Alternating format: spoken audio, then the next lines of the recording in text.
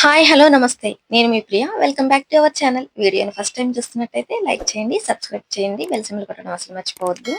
ఈరోజు మన కిచెన్‌లో ఎంతో ఈజీగా అండ్ టేస్టీగా క్రిస్పీ రవ్వ దోస చేసుకోబోతున్నామండి. రవ్వ దోసని మనం మన ఇంట్లోనే క్రిస్పీగా హోటల్ స్టైల్‌లో ఎలా చేసుకోవాలో కొన్ని చిన్న చిన్న టిప్స్ ఫాలో అయితే సరిపోతుందండి. ఇప్పుడైతే ఆ టిప్స్‌తో చూపించబోతున్నానండి. ముందుగా ఏదన్నా ఒక గిన్నెలోకి ఒక కప్ బొంబాయి రవ్వను తీసుకోండి. సేమ్ అదే కప్పుతో క్రిస్పీ టెక్స్చర్ రావడానికి ఒక హాఫ్ కప్ బియ్యపు పిండిని తీసుకోవాలి. ఒక పావు కప్ మైదా పిండిని కూడా యాడ్ చేసుకోవాలండి.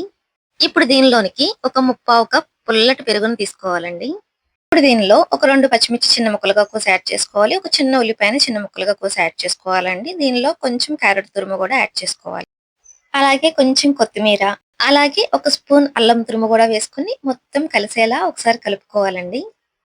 ఇప్పుడు దీనిలో ఒక స్పూన్ జీలకర్ర, మనం తీసుకున్న క్వాంటిటీకి సరిపడా సాల్ట్ వేసుకొని, కొంచెం వాటర్ పోసుకొని, మొత్తం కలిసేలాగా ఒకసారి కలుపుకోవాలండి. ఎందుకంటే ఎక్కడ మనం మైదా పిండి వేసాం కాబట్టి, ఎక్కడ ఉండలు కట్టకుండా ఉండడానికి ఇలా ఒకసారి ఒక గ్లాస్ వాటర్ పోసుకొని మొత్తం ఇలా మిక్స్ చేసుకోవాలండి. ఇప్పుడు మనం కలిపి పెట్టుకున్న దీనిలో ఒక 6, 7 గ్లాసుల వరకు వాటర్‌ని యాడ్ చేసుకోవాలండి. అంటే ఈ కన్సిస్టెన్సీ మనకి మజ్జిగ ఎంత పల్చగా అయితే ఉంటుందో, అంతే పల్చగా అయితే ఉండాలండి. ఎంత పల్చగా ఉంటే మనకి రవ్వ దోస అంత చక్కగా, అంత క్రిస్పీగా వస్తుందనమాట. ఇక్కడ నేను చూపిస్తున్నాను కదండీ! పల్చటి మజ్జిగలాగా సేమ్ ఇదే కన్సిస్టెన్సీలో ఉండాలి. అప్పుడే మనకి రవ్వ దోస పర్ఫెక్ట్‌గా వస్తుందనమాట. ఇప్పుడు మనం రవ్వ దోస వేయడానికి ఏదన్నా ఒక గ్లాస్ తీసుకొని, ఆ గ్లాస్‌తో ఇలా మొత్తం ఒకసారి మిక్స్ చేసుకొని, ఒక గ్లాస్ ఈ మిశ్రమాన్ని తీసుకోవాలండి.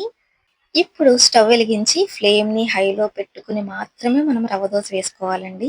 ఒకవేళ పెనం కాలకుండా మనం సిమ్‌లో పెట్టి వేసుకుంటే గనక క్రిస్పీ రవ్వ దోస అస్సలు రాదండి. మనం వాడే దోస పెనం ఎప్పుడు ఇలా మొత్తం ఫ్లాట్‌గా ఉండేలాగా చూసుకోవాలండి. అప్పుడే రవ్వ దోస అనేది మొత్తం ఈవెన్‌గా స్ప్రెడ్ అవుతుందనమాట. ఇప్పుడు హై ఫ్లేమ్‌లో పెట్టుకొని దోస పెనం బాగా కాలిన తర్వాత మనం ముందుగా కలుపుకున్న మిశ్రమాన్ని ఒకసారి మళ్ళీ కలుపుకొని, అప్పుడు ఈ దోస పెనం మీద మనం ఇలా ఈవెన్‌గా స్ప్రెడ్ చేసుకోవాలి. మనం హై ఫ్లేమ్‌లో పెట్టుకున్నాం కాబట్టి కొంచెం సెగ తగులుతుంది. జాగ్రత్తగా వేసుకోండి. ఇప్పుడు ముందుగానే ఫ్రై చేసి పెట్టుకున్న వేరుశనగ పప్పుల్ని ఇలా పైనుంచి వేసుకుంటున్నానండి. మనం ఉల్లిపాయల్ని ఆల్రెడీ మిశ్రమంలో కూడా కొన్ని వేసాం. ఇలా పైనుంచి కూడా దోస మీద చల్లుకుంటే మనకి తినేటప్పుడు టేస్ట్ కూడా చాలా బావుంటుందనమాట. ఇప్పుడు దోస మీద కొంచెం ఆయిల్‌ని అప్లై చేసుకోవాలండి. మనం నార్మల్ దోసకైతే చుట్టూ వేసుకుంటే సరిపోతుంది. కానీ ఈ రవ్వ దోసకి మాత్రం దోస మీద కూడా ఆయిల్‌ని వేసుకోవాలి. అప్పుడే దోస మొత్తం ఈవెన్‌గా చక్కగా కుక్ అయ్యి, మనం తినేటప్పుడు కూడా టేస్ట్ చాలా బావుంటుంది. చాలా క్రిస్పీ టెక్స్చర్ వస్తుంది. మనం దోస వేసుకున్న తర్వాత అస్సలు కంగారు పడొద్దండి. ఫ్లేమ్‌ని హై ఫ్లేమ్‌లోనే ఉంచండి. ఇలా మొత్తం ఎర్రగా కాలేంత వరకు మనం వెయిట్ చేయాలన్నమాట. ఇది కాలడానికి కొంచెం టైం పడుతుంది. ఆ టైం మనం వెయిట్ చేయాలి. అప్పుడే మనకి క్రిస్పీ రవ్వ దోస అనేది రెడీ అవుతుందండి. ఇలా మొత్తం ఎర్రగా, ఈవెన్‌గా కాలిన తర్వాత చక్కగా ఫోల్డ్ చేసుకొని దోసని సర్వింగ్ ప్లేట్‌లోకి తీసేసుకోవడమే. మనం ఈ రవ్వ దోస వేసుకునేటప్పుడు ఫ్లేమ్‌ని హై ఫ్లేమ్‌లో పెట్టుకొని మాత్రమే వేసుకోవాలండి. అప్పుడే చక్కగా ఈవెన్‌గా, క్రంచీగా మనకి రవ్వ దోస అనేది రెడీ అవుతుందనమాట.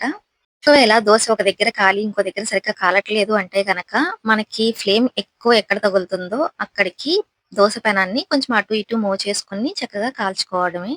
ఒక 3, 4 దోసలు వేసిన తర్వాత మిశ్రమం చిక్కబడితే ఒక 2 గ్లాసుల వాటర్‌ని యాడ్ చేసుకుంటే సరిపోతుందండి. క్రిస్పీ అండ్ క్రంచీ రవ్వ దోస అయితే రెడీ అయిపోతుందండి. దీనిలోకి పల్లీ చట్నీ కానీ, కొబ్బరి చట్నీ గానీ ఏదైనా సరే చాలా బావుంటుంది.